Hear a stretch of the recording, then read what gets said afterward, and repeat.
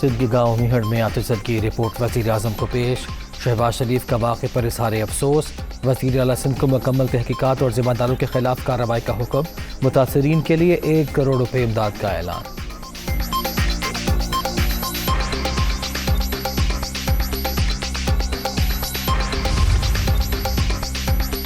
نائجیرین chief of defence staff کا دورہ پاکستان، صدر مملکت عارف الوی اور chairman joint chiefs of staff committee general Adeem Raza سے الگ الگ ملاقاتیں، باہمی دلچسپی کے امور اور 2 طرفہ تعلقات کے فروغ پر تبادلہ خیال۔